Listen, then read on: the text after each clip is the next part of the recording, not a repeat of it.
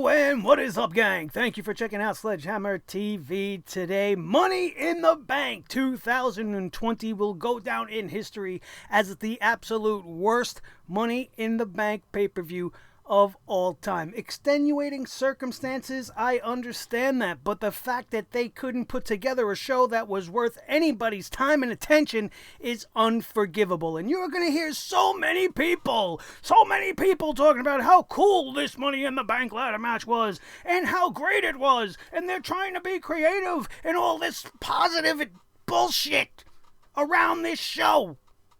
But there is no positivity towards this show, and I am going to apparently be the only one in the whole entire community to tell you why. My name is Nick Nightmare, and you are watching the Sledgehammer Wrestling Show's Money in the Bank review and reaction show right here and right now on Sledgehammer TV.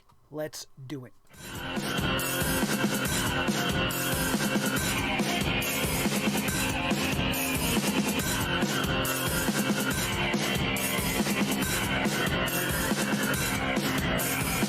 Sledgehammer Wrestling Show.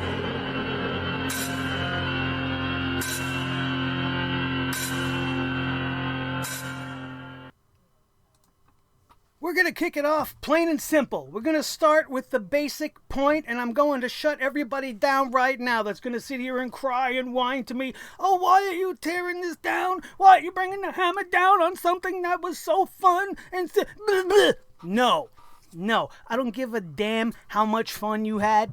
I don't care if you laughed at Vince McMahon's little appearance in the Money in the Bank. I don't care if you thought it was innovative that we saw Brother Love and Doink the Clown in corporate Titan Towers. I don't care about any of that. You know why? Because none of that has any reason being in a Money in the Bank ladder match. I do not care. What they did, you guys, last night at Money in the Bank is they turned the Money in the Bank, the contract, in the briefcase, this time-honored tradition that has been part of the WWE for quite some time now, something with so much prestige and great history behind it. Sure, they've had some misfires with guys like Baron Corbin and Damien Sandow and John Cena, but for the most part, the Money in the Bank is a serious thing. It is a launch point and a launch pad to the success and furthering of a career of an unknown or somebody in the mid-card trying to elevate them up to the next stage. What it is not is a comedy. And what they did was they took the Money in the Bank and they turned it into the 24/7 championship. You took a match that's supposed to be about athleticism and violence and danger and turned it into watching R-Truth dress up in a goddamn bunny suit chasing around after Rob Gronkowski. It's something equal of that. You took the Money in the Bank ladder match and turned it into the Halloween trick-or-street fight. We all know how much we love those. So if you're sitting there and you're talking about how great this was, meanwhile, week after week, you shit on the 24/7 championship, and week and year after year, you shit on the Halloween shows and the Christmas shows and the Thanksgiving food fights and all of the shit that we don't want to see during our wrestling shows. And then you're going to come at me and tell me, oh, this was great. This was great. Well, what do you like? If you liked this, then you should love the 24/7 championship. You should love Rob Gronkowski. You should love R-Truth for being the champion. You should love the New Day and all their antics. You should love all of the bullshit that the WWE throws at you and passes off as comedy. This is the Money in the Bank. The ramifications of the winner of this match is supposed to be felt throughout the year. And in both instances, the winner of the match, I don't necessarily have a problem with, but they definitely don't make sense. On the woman's end, how can you have Shayna Baszler in there? You have her easily positioned to be the next big thing on Monday Night Raw. You got Ronda Rousey, her best friend, coming back at some point, and you're shitting all over Shayna Baszler.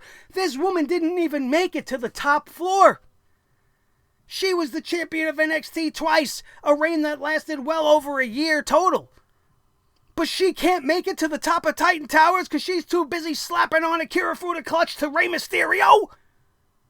What? Asuka wins for the women. Why? Why? Asuka's been a tag team champion all year with Kairi Sane. They did absolutely nothing with her. All of a sudden, they're going to turn it around on Asuka. We're supposed to take that seriously? We don't think she's going to cash it in and lose to Charlotte Flair at NXT or some shit like that? What is the point of giving it to Asuka? You trying to guarantee that she don't sign when her contract is up somewhere else? It doesn't make any sense. And I love Asuka. I don't mind that she won the Money in the Bank, but this was not the time to do that. The clear-cut winner was in there. You got stupid people, filler people like Dana Brooke and Carmella in there, and their part in this match was ridiculous. It's bad enough we had to see Dana Brooke. They gave her a segment in this Money in the Bank ladder match where she talked to Stephanie McMahon. Stephanie McMahon was in the Money in the Bank briefcase, tower-toppling, fucking climb to the top of the world briefcase match. All to tell Dana Brooke, hey, Dana, you're an idiot. You're picking up the wrong briefcase. Which she should have known. Because does she not know the rules to this matchup? Does she not know she has to fight her way up to the roof and get in the ring where the thing is hanging? Did she think that this was, oh, wait, they must have changed the location of the Money? I'm going to take this one. And Stephanie McMahon's segment didn't even look like it was filmed in the same room. Nothing was cohesive. Watching this match was like watching a high school film student's final project, and he picked action as the genre. The long, boring pauses on Nia Snacks. Watching Otis doing the yes chant, jiggling his fat all over the place. I don't mind that he's a big guy. I'm a big fan of Otis, but I never liked when the Goonies used to make Chunk do the truffle shuffle just to make everybody laugh. I think that's fucking ridiculous. Maybe because I was a fat kid all my life. I don't find the humor in it. Everybody's loving Otis, and that's fine. Guy's got charisma. Guy's got personality. Should he have won the Money in the Bank briefcase tonight for the men? Should he have? Absolutely not. His storyline and everything that's going on with Mandy has no business being anywhere near a world championship or a Money in the Bank briefcase. WWE just wants to make everybody feel good right now. They want to make all the casuals sit at home and be like, oh, look how happy I am. The big, chubby, cool guy won. And the crazy Japanese girl that speaks like nonsense every week, she won too. So let's be happy. If you enjoyed this, you very clearly are suffering from the effects of being cooped up in your house for weeks, thanks to the quarantine and everything going on in the world right now. You guys need to stick your head out the window and get some air. Go take a walk down the block. You don't have to go into a store. Just go take a walk outside. Take a breath of fresh air, clear the air, come back, watch that matchup, and tell me it was good. Oh, we just want to have fun. Can't you lighten up? This is the Money in the Bank. If you're not going to take it seriously, like you have taken it seriously since its inception, don't do it. Don't do it. You got a whole year before WrestleMania or anything. You could change your rules on the fly. Why was it necessary to have the Money in the Bank when we can barely even have wrestling shows as it is anymore? Take a little notes from what AEW is doing. You think they were stupid enough to still put on their war games going on right now? Blood and guts? No, they took it off the table because they don't want to waste it. And that's what should have been done here. An unnecessary pay-per-view featuring undercard matches like Bobby Lashley versus R-Truth, which was originally advertised as R-Truth versus MVP. Both scenarios nobody in the world needs. It's about as necessary as having a giant boil on the side of your face, making you look like Sloth from the Goonies. That's the second Goonies reference we dropped in this one episode. I'm a little proud of that. And if you're old like me, you get them. And if you're younger and you don't know what the Goonies is, go watch it. It's way better than anything the WWE is producing right now. That's for shit, sure. Other matches like a Fatal 4-Way SmackDown Tag Team Championship match. That was meh. Uneventful. And a referee that doesn't understand the rules of a Fatal 4-Way. Because there's no disqualifications in a Fatal 4-Way. But he had a problem with Jackson Riker getting involved towards the end of this matchup. all for nothing to happen. And the Lucha House jerks was just standing there in this matchup, one of them looking like Juventud Guerrera, and they were only there to lose the match. We have the same champions. No, and for what? For what? The division sucks. The Lucha House Party shouldn't even be in there. They've done nothing to deserve a championship opportunity. The Miz and Morrison, I'm over it. And the Forgotten Sons, I purposely forget them as soon as SmackDown is over because they're not worth remembering. And the New Day just going round and round and round again with a championship just makes me feel old and boring and like I've seen all this before. Nothing worth anybody's time here. Who cares? R-Truth versus MVP turned into Bobby Lashley versus R-Truth just for Bobby Lashley to squash our truth.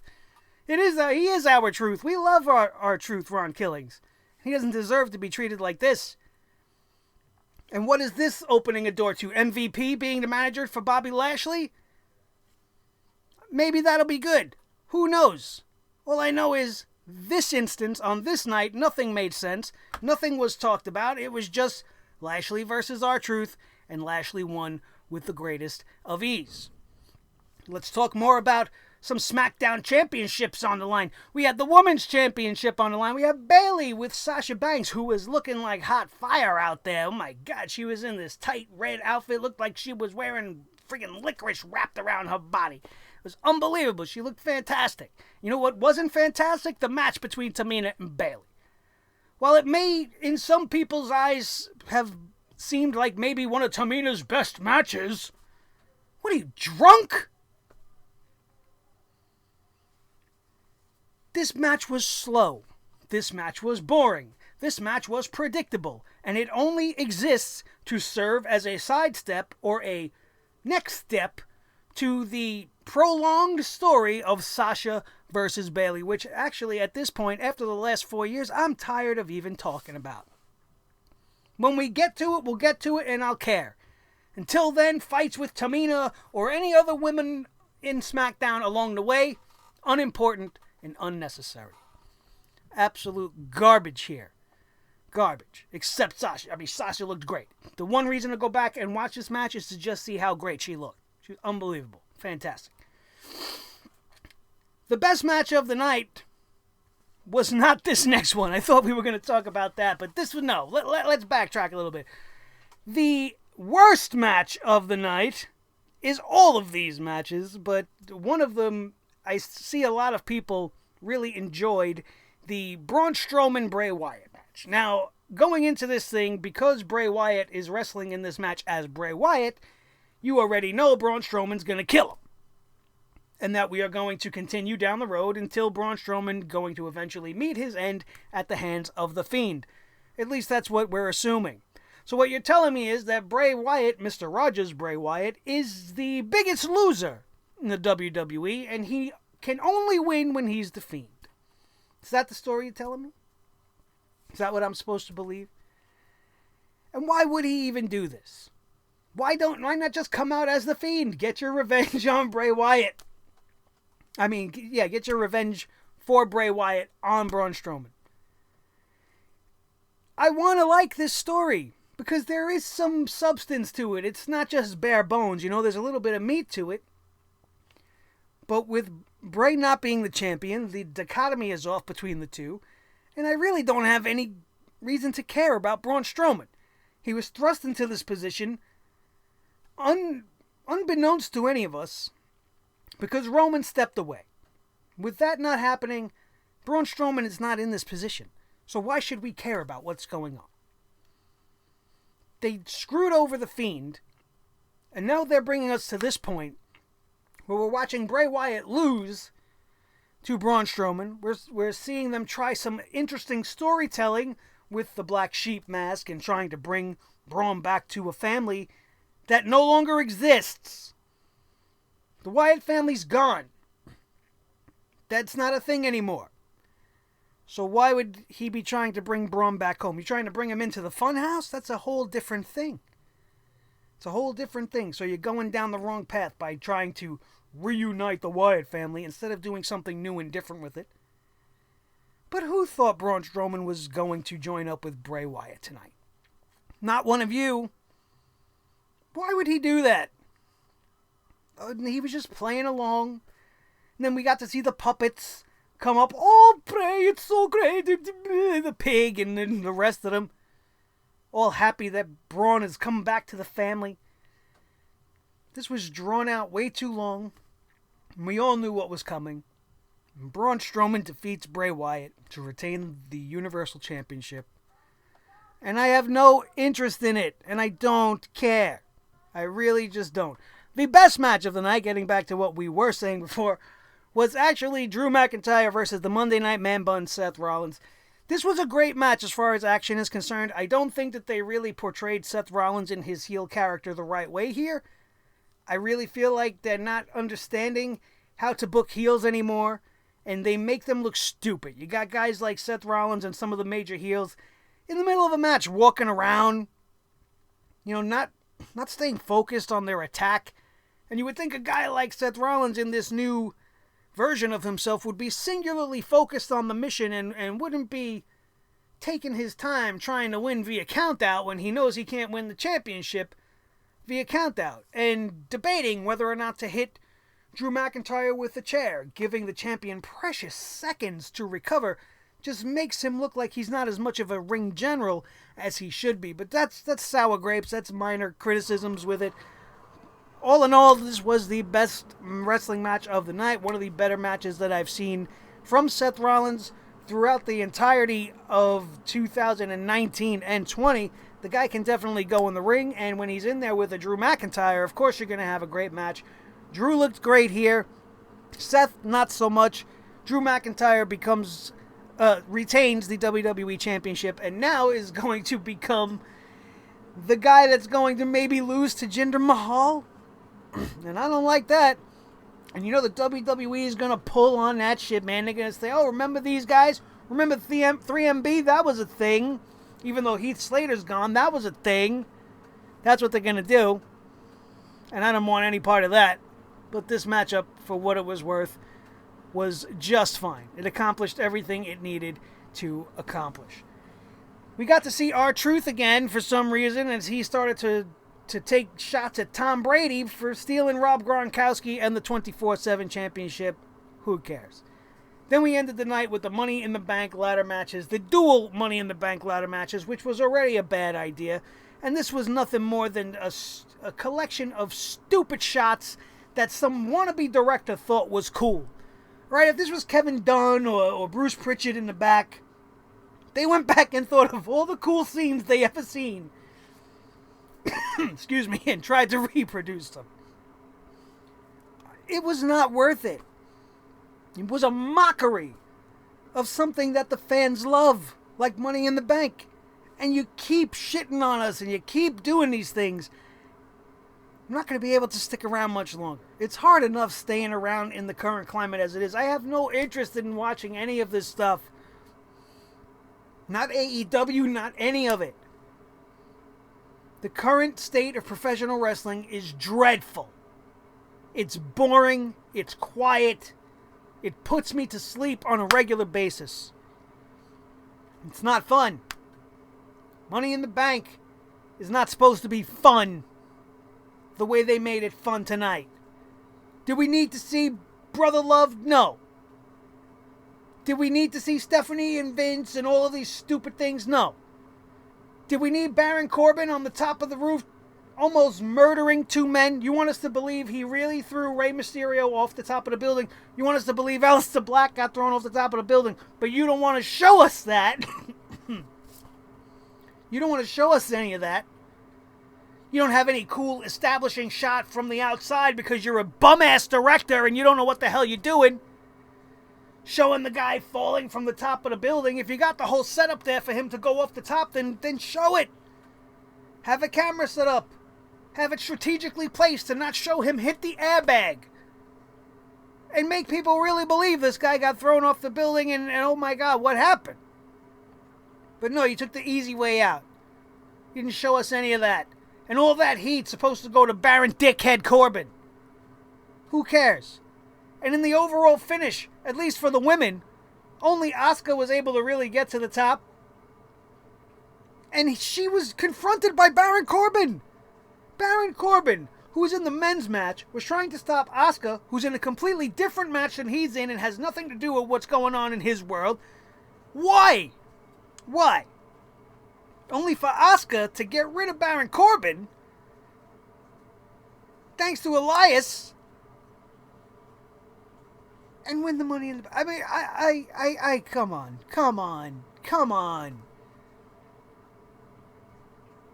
AJ Styles and Daniel Bryan. Those are two heavy favorites going in.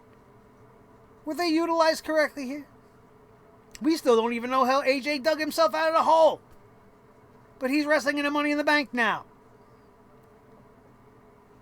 This was awful. This was disrespectful to the Money in the Bank. This was disrespectful to the fans. And this is what I was afraid of, man. I was all for the theatrical matchups at WrestleMania. I thought they were the two best things of the entire WrestleMania. Not so much the Bray Wyatt one. I still have my feelings about that one. But they were interesting and they were unique and they were different. But they had a place there. Because two of the people in the matchups had supernatural elements that are embedded in their character. This is just supposed to be a wrestling match. And instead of watching these guys brawl all over the place, we got to see a bunch of comedy skits. Turning the Money in the Bank into the 24/7, hey, look at me, I'm a clown, avocado-colored gold-plated championship belt. That's what they did. Yet I'm sure by this time you guys have listened to all your favorites, all your cultaholics, and all of the rest of the wrestling community, and all of them are just shitting bricks about how fun this was, right? Not here. That's not what we do here. We keep it straight. We give it to you the way you deserve it. Honest. Truthful. You can't placate me with silly slapstick comedy when we're talking about something like Money in the Bank. The show was a friggin' disaster. And I wish it didn't happen. But it did. One of my favorite things about this show was Samoa Joe on commentary. I thought that was great. Always think that's great. But everything else, at least for this guy, with the exception of the WWE Championship matchup, was absolutely unnecessary. Not worth my time. And actually, the best thing about the whole entire show is that it wrapped up by 9:30. Holy shit, it was over by 9:30. I was able to sit on my couch and start to do other things besides wrestling, which only led to me falling asleep and having to go to work today and coming and recording this for you guys now. So we got Monday Night Raw coming up in a couple of hours, and I'll be sitting back in this chair later tonight, and I will be here giving you guys what you need to know about Monday Night Raw and how everything will be wrong with it. I already know it. It's going to be a terrible 3 hours, but allow me to watch it for you, and I will be here to tell you everything that sucks about it when it's all over. I want to know if you guys are in my camp and you think that Money in the Bank match was a piece of shit, or if you are okay with comedy garbage as your wrestler. And that's fine. If you're okay with it and you needed a little bit of a ha-ha moment in your life because everything is just so negative and you needed some levity in your life, and now you're so thankful for the WWE. Oh, thank you so much. You made me laugh. You want to laugh? Go watch Solar Opposites on Hulu. That'll make you fucking laugh. At least for the right reasons. And you're not going to be laughing in spite of a professional show that you used to love so much. You're going to be laughing at that show. A show like Solar Opposites or What We Do in the Shadows, you laugh with that show. It's supposed to be laughed at. Not supposed to be laughing at the Money in the Bank. That's it, everybody. We're going to wrap it up on that. We'll see you later on tonight for our Monday Night Raw review. My name is Nick Nightmare. This is the Team Thor, the Sledgehammer, the official Sledgehammer of the Sledgehammer Wrestling Show. His tag team partner, the World Heavyweight Champion of all the microphones in all the world, Mr. Blue, the Snowball, the new member of the team, this guy, This guy right here, my conjoined twin growing out of the fucking side of my head, and I don't know what the hell's going on there, and I can't get to a doctor to handle anything because, everything. Anyway, you guys know what's going on. But the most important member of the team, regardless of the new member, is each and every one of you beautiful sledgeheads. Thank you for dealing with my nonsense over the last couple of weeks. It's been really rough here at Sledgehammer Studios. A lot of family shit going on, and that always takes precedent over what professional wrestling brings to the table. But we're back in business, and I'm here for you guys, and we will be continuing to bring the hammer down on the world of professional wrestling just the way you like it. Don't forget to check out everything that you may have missed from a couple of weeks ago, since this is the first new episode we've put up in a while. But we're getting back to business, and I'm glad that you guys are still here with me. Thank you all for your well wishes and everything throughout my troubling last couple of weeks. I couldn't have done most of this stuff without the support that I receive from most of you. That, my friends, is going to do it, and we are out of here. And we will see you later on tonight for Monday Night Raw, right here on your new favorite wrestling show, the Sledgehammer Wrestling Show, only on Sledgehammer TV, right here on YouTube.com. Boom.